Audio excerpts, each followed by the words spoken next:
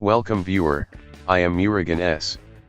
This video tutorial describes how to increase the volume of your laptop's speakers on Windows 11.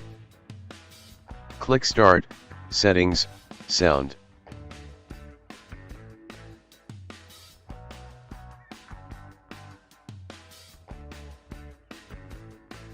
Click More Sound Settings. Select Audio Device, click Properties. Click Enhancements tab.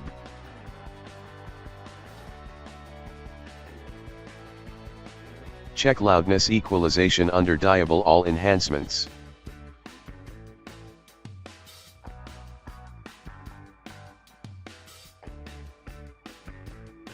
Click Apply, click OK. I hope this video tutorial helps to you. Please like, share and don't forget to subscribe my channel.